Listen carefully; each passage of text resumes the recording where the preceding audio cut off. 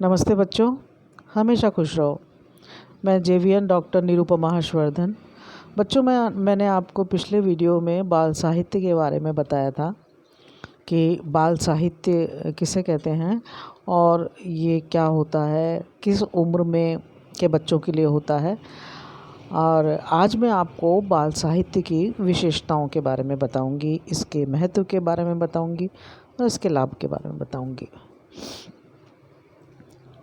बाल साहित्य बच्चे के मन को रंजित करता है। इसकी क्या विशेषता है कि जो बाल साहित्य है वो बच्चे के मन को रंजित करता है, क्योंकि वो अपने लिए लिखी गई रचनाओं को पढ़कर आनंदित होता है। जब बच्चे को पता लगता है कि ये मेरे लिए लिखी गई रचना है तो वो बहुत ही उसको पढ़कर खुश होता है और आनंदित होता है। तो उसको लगता है कि ये तो मेरे को उसको पढ़ने में बहुत मज़ा आ रहा है और उसको पढ़ना चाहिए। अगली विशेषता है इसकी कि बाल साहित्य की शैली रोचक हो। बाल साहित्य की शैली रोचक होती है, क्योंकि अगर बाल साहित्य की शैली रोचक नहीं होगी तो कोई भी बच्चा उसको पढ़ने में रुचि नहीं लेगा, उसको पढ़ेगा ही नहीं। उसको रुचि तभी आएगी जबकि उसकी शैली रोचक हो और उसमें बच्चे को रुचि जागृत हो। बाल साहित्य जो है वो कहानी, कविता, नाटक, जीवनी और एकांकी आदि विधाओं पर आधारित होना चाहिए। जो बाल साहित्य है वो जो कैसा रचा जा रहा है कि उसमें ज़्यादातर जो कहानियाँ, कविताएं, नाटक और जीवनी इत्यादि लिखी जा रही हैं ताकि बच्चों में के अंदर प्रेरणा जागृत हो, बच्चे उसको पढ़ के एक बेहतर इंसान बन सकें। बाल साहित्य की जो भाषा है वो ऐसी हो कि आसानी से समझ में आ जाए। उसके जो शब्द हैं वो ऐसे हों कि बहुत ही सरल, स्पष्ट ऐसे शब्द हों, क्योंकि कठिन शब्द बच्चों के समझ में नहीं आएंगे और वो उसमें रुचि नहीं लेगा, वो उस चीज़ को आत्मसात नहीं कर पाएगा। बच्चा कब किसी चीज़ से के प्रति रुचि लेता है, कब किस चीज़ के प्रति आत्मसात करता है किसी चीज़ को, जबकि वो उसको आसानी से समझ में आ सके, वो उसको समझ सके, जान सके और उसमें जो रस उसको आ रहा है, जो आनंद आ रहा है, वो कहीं भी उसको ब्रेक ना हो, कहीं भी उसमें कहीं भी त्रुटि ना आए, कहीं भी उसमें कोई अटकाव ना आए, तो किसी प्रकार की बाधा ना हो। वो कब संभव होगा? जब उसकी जो भाषा है, उसके जो शब्द हैं वो बहुत सरल, स्पष्ट और समझ में आने लायक होंगे। साथ ही जो उसके संवाद हैं, वो वाक्य हैं, संवाद हैं, वो बहुत ही छोटे होने चाहिए। मानो कोई कहानी है या नाटक है तो इसके जो संवाद हैं वो बहुत ही छोटे और सरल होने चाहिए, जो बच्चे को समझ में आ जाए। अगर बड़े बड़े संवाद होंगे तो वो उसको कभी भी उसमें रुचि नहीं लेगा और उसको पढ़ना, हो सकता है कि पढ़ना भी छोड़ दे।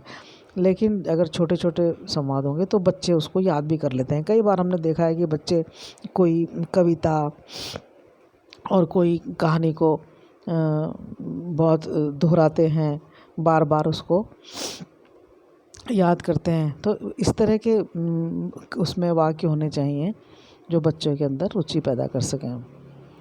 साथ ही बाल साहित्य में कोई संदेश भी होता है, क्योंकि साहित्य किसी भी प्रकार का साहित्य हो, बिना संदेश के, बिना किसी मैसेज के वो माना नहीं जाता है, इसलिए उसका अर्थ ही नहीं रहता है, निरर्थक होता है। इसलिए बाल साहित्य में कोई ना कोई संदेश होता है और होना भी चाहिए। बाल साहित्य प्रेरणास्पद हो और जो बच्चों में प्रेरणा उत्पन्न कर सके, ऐसा होना चाहिए। क्योंकि बच्चे, बिल्कुल मैंने पहले भी बताया कि उनका मन बहुत कोमल होता है, किसी भी चीज़ का प्रभाव उन पर बहुत जल्दी होता है और बहुत गहरा होता है। कोई चीज़, जो घटना है, कोई बात है, कोई कहानी है या कोई भी किसी किस्सा है, वो उनको, कई बच्चों को तो बचपन में सुनी हुई चीज़ों को वो लास्ट तक, मतलब ताउम्र उस चीज़ को याद करता है, वो उसके ऊपर प्रभाव डाले रहती हैं। तो इसलिए कहते हैं कि जो बहुत ही सोच समझ के साहित्य, बच्चों के लिए जो साहित्य है वो लिखा जाना चाहिए। बहुत ही तरीके से, बहुत ही उनके मानसिक स्तर को देखते हुए, उनकी आयु के अनुसार उसको लिखा जाना चाहिए कि जो साहित्य है वो किस आयु वर्ग के बच्चों के लिए लिखा जा रहा है। तो ये कुछ एक जो विशेषताएं इसकी बाल साहित्य की हैं देखी हमने। और अब देखते हैं कि बाल साहित्य का क्या महत्व है, क्या उसके लाभ है। भाई बाल साहित्य जो है वो मनोरंजन की दृष्टि से लिखा जाना चाहिए, क्योंकि अगर उसमें मनोरंजन नहीं होगा तो बच्चों में रुचि नहीं जागेगी उसको पढ़ने की, और बच्चों में रुचि नहीं जागेगी तो वो उसे पढ़ेंगे नहीं। इसलिए उसके अंदर मनोरंजन की दृष्टि से लिखा जाना चाहिए, ज्ञानवर्धन हो इस दृष्टि से भी हो कि बच्चों का उससे खाली मनोरंजन ही नहीं, उसमें उनका ज्ञान भी बढ़ सके। कोई ज्ञान की बात हो, कोई इस तरह का उसमें प्रश्न हो, इस तरह का संदेश हो कि बच्चे उससे कुछ सीख सके। और चूँकि बाल साहित्य से बच्चों का बौद्धिक विकास होता है, इसलिए बहुत ही सोच समझ के उस साहित्य की रचना होनी चाहिए ताकि उससे बच्चों का विकास हो सके। और बाल साहित्य से बच्चों का चरित्र निर्माण होता है, क्योंकि तरह तरह की प्रेरणास्पद वो कविताएं पढ़ता है, कहानी पढ़ता है, जीवनी पढ़ता है। तो उसमें जब वो उसमें रुचि लेता है, उसको वो चीज़ें उसके प्रभाव डालती हैं मन पर, तो निश्चित रूप से वो उसके चरित्र का भी निर्माण करती हैं, क्योंकि वो उसी अनुसार अपने जीवन में व्यवहार करता है। बाल साहित्य के द्वारा सामाजिक विषयों की जानकारी बच्चे को मिलती है और उसका भावनात्मक विकास भी होता है। कोई भी चीज़ है उसको पढ़ के उसके अंदर वो भावनाएं उत्पन्न होती हैं और उसमें इस तरह से का विकास होता है। और साथ में इसका लाभ ये है कि उसके अंदर पढ़ने की रुचि जागृत होती है कि बच्चा जो है जब वो पढ़ने बैठता है, सुंदर सुंदर उसमें चित्र होंगे, क्योंकि बच्चों को आकर्षित क्या चीज़ें करती हैं, उसके अंदर चित्र, कोई भी कहानी हो, कविता हो, अगर वो चित्र के साथ अगर लिखी गई है तो क्या होता है कि बच्चे उस कहानी को पढ़ते हैं, फिर उस चित्र को देखते हैं, फिर उसको आगे पढ़ते हैं, फिर वो उस चित्र को देखते हैं। तो उससे उनको क्या है कि चित्र देखकर या कविता में वो चित्र देखकर उनका कल्पना का विकास होता रहता है। वो उसकी कल्पना करने लग जाते हैं, उसको आत्मसात करने लगते हैं, उसके अंदर बुरी तरह से रम जाते हैं। तो जो बाल साहित्य है वो इस तरह से ही रचा जाना चाहिए कि बच्चे उसमें रुचि लें, और कोई तो ऐसा कारण बने जो उनके अंदर आकर्षण हो उसको साहित्य को पढ़ने का। और क्योंकि बच्चों को का विकास ही, सर्वांगीण विकास ही बाल साहित्य करता है। बहुत अधिक इसकी महत्वपूर्ण भूमिका बच्चे के विकास में होती है। तो अब देखें कि इसमें क्या क्या और लाभ हैं कि बच्चों में इससे अध्ययन के प्रति रुचि पैदा होती है। बाल साहित्य को पढ़ के बच्चे जो कहानी पढ़ते हैं या कोई कविता पढ़ते हैं या कोई किसी की जीवनी पढ़ते हैं, कोई नाटक वो पढ़ते हैं, तो उनमें क्या होता है कि अध्ययन के जो बार बार पढ़ते हैं तो उनको उनके अंदर एक अध्ययन की जो है वो एक प्रवृत्ति बनती है और पढ़ने के लिए उनके अंदर रुचि जागृत होती है। वो एक कि मुझे किताब पढ़नी चाहिए, इसमें क्या होगा ये तो पढूं, तो एक सिलसिला बनता है और उसके अंदर वो रुचि पैदा हो जाती है। साथ में बच्चों में नैतिक शिक्षा का विकास होता है, क्योंकि हम कोई चीज़ बोल के बच्चों को समझाएं उसका उतना प्रभाव बच्चों को नहीं होता जितना कि वो उसको पढ़ के उसको आत्मसात करके उसके अंदर उसको विकसित कर सकते हैं। क्योंकि जो बातें हम उनसे कह रहे हैं वो हो सकता है उस पर ध्यान ना दें और भूल जाएं, लेकिन जब बच्चा किसी चीज़ को पढ़ता है, उसको बार बार पढ़ता है, उसको चित्र के माध्यम से देखता है, उस कहानी को पढ़ता है, उस कविता को पढ़ता है, उस रचना को पढ़ता है, तो निश्चित रूप से उसके अंदर जो उसमें संदेश दिया गया है वो अपने अंदर उतार लेता है और वो उससे उसका व्यक्तित्व का विकास होता है। साथ ही बच्चे जो है वो तरह तरह के नए शब्द भी सीखते हैं। भाई कहीं की कहानी है, कोई लघु कथा है, जैसे पंचतंत्र की कथाएं हैं, इसका भी बहुत बड़ी भूमिका है बच्चों के बाल साहित्य में, बच्चों के विकास में, तो कल्पनाओं के विकास में। तो ये जो चीज़ें हैं, ये जो बातें हैं, ये बहुत ही महत्वपूर्ण होती हैं। तो वो तरह तरह के जब नई नई वो रचनाएँ पढ़ता है, तरह तरह की बाल कथाएँ पढ़ता है, तो वो नए नए शब्द भी सीखता है। और साथ में बच्चों के अंदर प्रेरणा जगती है कुछ करने की, उनके अंदर जगती है कि हम, जैसे वो देखता है कोई फूल, कोई फूलों की सेवा हो रही है, कोई बच्चा कोई फूल की ध्यान रख रहा है, अपने गमले का ध्यान रख रहा है, उसको पानी पिला रहा है, तो वो जो इस तरह की कविता या कहानी पढ़ता है, तो फिर उसके अंदर ये प्रेरणा जगती है कि मैं भी एक पौधा लगाऊंगा और मैं भी उसकी सेवा करूंगा, मैं भी रोज़ उसको पानी दूंगा, सुंदर सुंदर फूल खिलेंगे। तो इस तरह की जो चीज़ें हैं, वो छोटी छोटी बातें, छोटी छोटी चीज़ें ही एक बच्चे के व्यक्तित्व का विकास करती हैं, वही बड़ी होके आगे उसको एक अच्छा इंसान बनाती हैं। अब जैसे मैंने पहले भी जिक्र किया कि पंचतंत्र की जो कहानियाँ हैं, वही बच्चों का नैतिक विकास करती हैं। बहुत उनकी भूमिका है, बहुत बड़ी भूमिका है। और बच्चे साथ में ये भी देखते हैं कि बड़ों के प्रति हमें कैसा व्यवहार करना चाहिए, अपने माता पिता के प्रति हमको कैसा व्यवहार करना चाहिए, उनसे कैसे बोलना चाहिए, अपने साथियों के प्रति, दोस्तों के प्रति क्या व्यवहार होना चाहिए। मतलब कुल मिला के वो एक सामाजिक जीवन को करने का तरीका उसको सीखता है, वो और को उसमें व्यवहार करने का तरीका वो सीखता है। साथ ही एक बहुत ही महत्वपूर्ण इसमें और इसका लाभ ये है बाल साहित्य को पढ़ने का, कि बच्चे के अंदर पढ़ने की क्षमता तो विकसित होती है, रुचि तो जागृत होती है, साथ में उसकी लेखन की प्रतिभा भी विकसित होती है।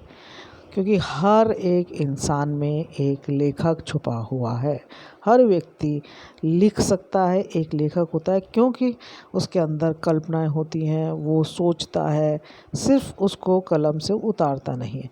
तो बच्चा जब बार बार कोई चीज़ पढ़ता है, कोई चीज़ सुनता है, तो उसके अंदर वो जो प्रतिभा है लेखन की, वो उभरती है और उसके अंदर लिखने की क्षमता जागृत हो जाती है, वो लिखने लगता है और ये जो प्रतिभा है लेखन की, वो विकसित होती है। और यही बात है कि कल्पना शक्ति का विकास होता है। तरह तरह की कहानी सुनता है, पढ़ता है, तो उसमें कल्पना शक्ति का विकास होता है और सृजनात्मकता का भी उसके अंदर विकास होता है, वो बहुत ही क्रिएटिव हो जाता है। अब बात यह है कि बाल साहित्य खूब लिखा जा रहा है और अनवरत, मैंने जैसा पता है कि लिखा जा रहा है, अच्छा साहित्य लिखा जा रहा है। लेकिन दिक्कत कहाँ है कि बच्चों में उसको पढ़ने में, उसकी जो है बाल साहित्य पढ़ने में उनकी रुचि कम हो गई है। वो कम क्यों हो गई है? क्योंकि वो कहाँ पर उनको समय कहाँ उनका लग रहा है, कंप्यूटर में लग रहा है, टीवी में लग रहा है, कार्टून्स देखने लगे हैं। तो जो अध्ययन है साहित्य को पढ़ने का, वो उनका कम हो रहा है। हालांकि बच्चे पढ़ते हैं और जब उनको दिया जाए, प्रेरणा दी जाए तो पढ़ते हैं, लेकिन और भी साहित्य के प्रति उन बच्चों में रुचि जागृत हो, उसके लिए हमें चाहिए कि भाई ऐसा बाल साहित्य रचें कि बच्चों में जो वो बच्चों का साहित्य रचा जा रहा है, उसमें और भी बच्चे रुचि लें। ऐसा ना हो कि वो उधर ही डाइवर्ट हो जाएं, उधर ही उनका रुझान हो जाए टीवी और कार्टून्स की तरफ। ऐसा ना हो, बच्चे साहित्य में भी रुचि लें, उसको और अधिक से अधिक पढ़ें। इसके लिए चाहिए कि ऐसा साहित्य रचा जाए, बाल साहित्य ऐसा रचा जाए कि जो कि बहुत ही सरल भाषा में हो, सुरुचिपूर्ण हो, रोचक शैली में हो, और उसके लंबे लंबे वाक्य ना हो, और बोलचाल की भाषा में हो, प्रेरणास्पद रचनाएं हों, और ताकि बच्चों में सुख दुख की भावना विकसित हो सके। यानी कि जो अच्छा साहित्य है वो बच्चों में संवेदनाओं का विकास करता है। जो पढ़ते हैं तो बच्चों के अंदर भावनाएं जागृत होती हैं, उन्हें और समझदार बनाता है और ज़िम्मेदार बनाता है। तो इसके लिए देखा जाए तो बहुत कुछ हम लोग भी ज़िम्मेदार हैं, क्योंकि पहले तो क्या था कि संयुक्त परिवार थे और दादा दादी, नाना नानी बच्चों को कहानियाँ सुनाते थे। लेकिन बदलते समय ने ये सभी चीज़ें जैसे बच्चों से छीन ली हैं। अब एकल जो परिवार की शैली ने संयुक्त परिवार की परंपरा को जिससे परे धकेल दिया है। तो ऐसी स्थिति में बच्चों का ही नुकसान हुआ है। और अब वो कहानियों की किताबें जो हैं वो बच्चे पढ़ते नहीं हैं, और इसको पढ़ने के स्थान पर वो कंप्यूटर और उधर रुचि लेने लगे हैं। तो ऐसी स्थिति से बचने के लिए शिक्षक और माता पिता की अहम भूमिका हो सकती है। वे बच्चों को बाल साहित्य पढ़ने के लिए प्रेरित करें। माता पिता बाल साहित्य की पुस्तकें घर में मंगवाएं, स्वयं भी पढ़ें और बच्चों को भी पढ़ने के लिए कहें कि बच्चों तुम पढ़ो। जब घर में ऐसा माहौल होगा, पढ़ा जाएगा, अध्ययन होगा, और उन बच्चों में जो देखेगा कि माता पिता भी पढ़ रहे हैं और उसको पढ़ पढ़ के कहानी सुनाएं, उनकी कविताएं सुनाएं, तो बच्चे के अंदर स्वतः ही उन चीज़ों को पढ़ने की प्रेरणा जगेगी। और शिक्षक भी ऐसा कर सकते हैं कि क्लास में बच्चों को कभी कभी कहानी या कविता सुनाएं, उनसे सुने, कहें कि भाई अब कोई कहानी अपनी दादी से या अपनी मम्मी से सुन के आना या पढ़ के आना और हमें सुनाना, एक छोटी सी कविता सुनाना या एक छोटी सी उस पर कविता लिखो, 4 पंक्ति लिखो। तो इस तरह से उनके अंदर ये कहानी की सुनने का या कविता सुनने की, लिखने की प्रेरणा जागृत हो सकती है। तो ये छोटी छोटी सी बातें हैं जिससे बच्चों का जो अध्ययन की ओर रुचि जागृत हो सकती है। तो कह सकते हैं कि भाई जो बाल साहित्य है बहुत ही महत्वपूर्ण है। बस ये बच्चों को एक अच्छा इंसान बनने में मदद करता है, बच्चों में सद्भावना और भाईचारे की भावना भरता है, उनमें सच्चाई और नैतिकता, नेकी की राह पर ले जाता है, और उनमें इंसानों के साथ साथ प्रकृति और पशु पक्षियों के प्रति भी प्रेम की भावना को जगाता है और विकसित करता है। तो बाल साहित्य कुल मिला के बहुत ही महत्वपूर्ण साहित्य है। तो बच्चों, आपने जाना कि बाल साहित्य क्या है, उसकी क्या विशेषताएं हैं, उसके क्या लाभ हैं, और हम बच्चों में बाल साहित्य को पढ़ने के लिए किस प्रकार से रुचि पैदा कर सकते हैं और प्रेरित कर सकते हैं, ताकि बच्चों में अध्ययन की ये जो जिज्ञासा है, प्रवृत्ति है, विकसित होती रहे, चलती रहे। तो मुझे विश्वास है कि आपको ये बच्चों में समझ में आया होगा। लेकिन फिर भी आपकी कोई प्रश्न है तो आप मुझे कमेंट बॉक्स में कमेंट कर सकती हैं, मैं उसका उत्तर दूंगी और शेष अगले वीडियो में आपको बताऊंगी। नमस्कार।